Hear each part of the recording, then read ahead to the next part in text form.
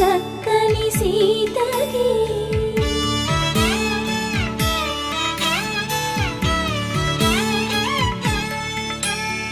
పుడతవి పునవేలు విడిచిన పుడమియల్లుడు రాముడే ఎడమ చేతను శివుని విల్లును ఎత్తిన రాముడే ఎత్తగలడా సీత జడ